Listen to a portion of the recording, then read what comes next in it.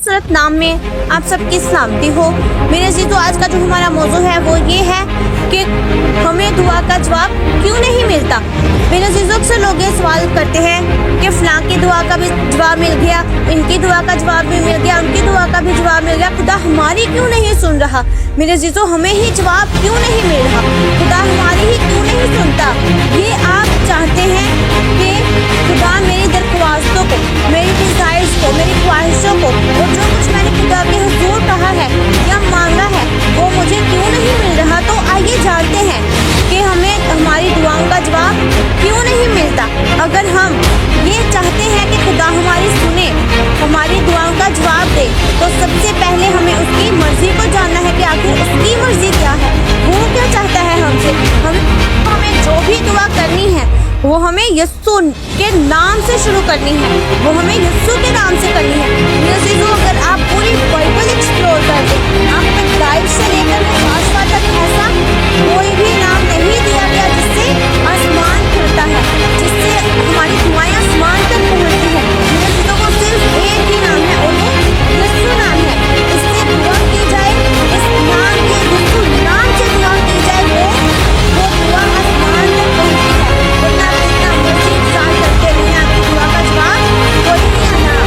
इसके लिए आज जो हमारा बुनियादी हवाला है वो है यूहन्ना रसूल की मार्फत लिखी गई अंजील, उसका 9वां बाब और उसकी 31वीं आयत। हम जानते हैं कि खुदा गुनहगारों की नहीं सुनता, लेकिन अगर कोई खुदा परस्त हो और उसकी मर्जी पर चले तो वो उसकी सुनता है।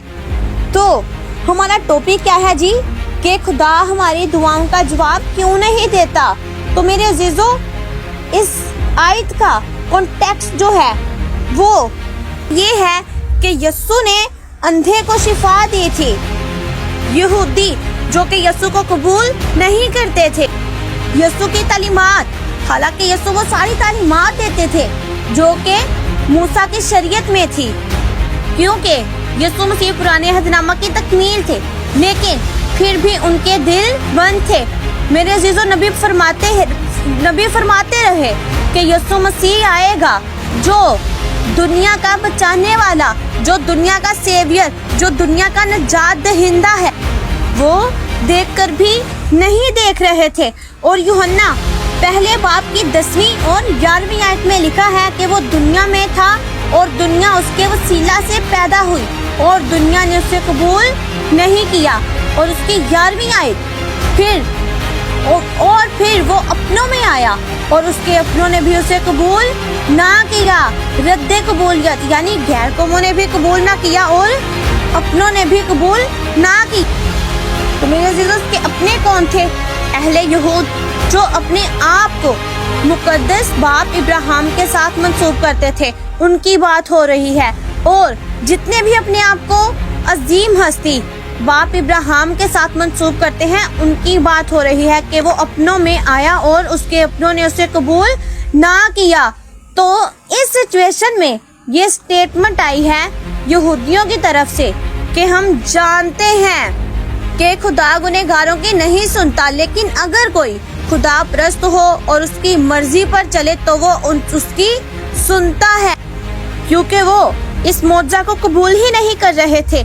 यहाँ तक कि उस अंधे ने खुद कहा कि उसने मेरी आंखें खोली हैं। तो वो कहने लगे, जो अभी हमने पढ़ा है, यानी वो ये कहने लगे कि हम जानते हैं कि खुदा गुनहगारों की नहीं सुनता, लेकिन अगर जो खुदा परस्त है, अगर कोई खुदा परस्त हो और उसकी मर्जी पर चले तो वो उसकी सुनता है। वो यहूदी आगे से उस अंधे को ये कहने लगे, यानी दुआ का जवाब आता है। और हमारा सवाल क्या था, हमें दुआ का जवाब क्यों नहीं मिलता। अब जो कॉन्टेक्स्ट था वो तो मैंने बयान कर दिया है कि किस सिचुएशन में ये आयत कलम बंद की गई।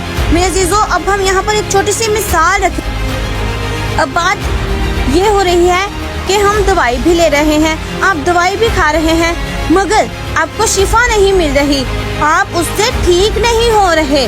तो ये बात मैं आज आपको सिखाने की कोशिश करूँगी कि क्या डॉक्टर में प्रॉब्लम है या दवाई में प्रॉब्लम है, या आप परहेज नहीं कर रहे।